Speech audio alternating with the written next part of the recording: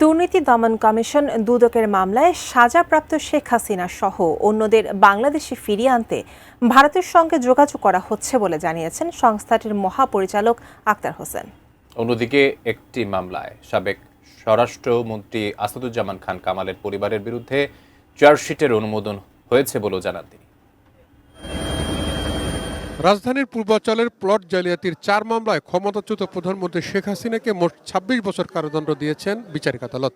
একই মামলায় তার ছেলে সজীব ওয়াজেদ জয়, মেয়ে সাইমা ওয়াজেদ পুতুল, বোন শেখ রেহানা এবং ব্রিটিশ এমপি টিউলিপ সিদ্দিককেও বিভিন্ন মেয়াদে সাজা দেওয়া হয়েছে। দুদকের মামলায় আসামি হয়েছেন আওয়ামী লীগ আমলের অনেক মন্ত্রী, প্রতিমন্ত্রী, এমপি, আমলা আর ব্যবসায়ী। বৃহস্পতিবার দুদকের নিয়মিত সংবাদ সম্মেলনে মহাপরিচালক জানান, পলাতক সাজাপ্রাপ্ত এসব আসামিদের ফেরাতে পররাষ্ট্র মন্ত্রণালয়ের মাধ্যমে বিভিন্ন পদক্ষেপ নিয়েছে দুদক। বিজলি কেবলসের স্কিন কোটেড ইনসুলেশন আগুন প্রতিরোধী। বিজলি কেবলস, নিরাপদ আজীবন।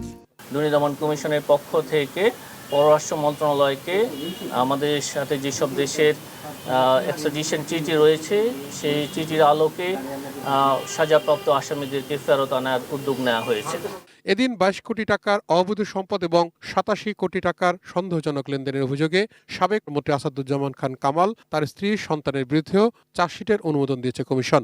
তদন্তে আগত আসামি লুৎফুল তাহমিনা খান, স্বামী আসাদুজ্জামান খান, জনাব শাফি মুদাসির খান ওরফে জ্যোতি, পিতা আসাদুজ্জামান খান, শাফিয়া তাসনিম খান, পিতা আসাদুজ্জামান খান, এই তদন্তে আগত 3 জন আসামি তাদেরও এই অপরাধলব্ধ অর্থ স্থানান্তর, রূপান্তর এবং হস্তান্তরে সহায়তার অপরাধ তদন্তকালে প্রমাণিত হয়েছে। এছাড়া সাবেক ডেপুটি স্পিকার শামসুল হক টুকুর বিরুদ্ধে 3.5 কোটি টাকার বেশি অবৈধ সম্পদ অর্জনের প্রমাণ মেলায় মামলা করেছে দুদক। যাদের নাম তাহুদ সৌরভ, এটিএন নিউজ, ঢাকা।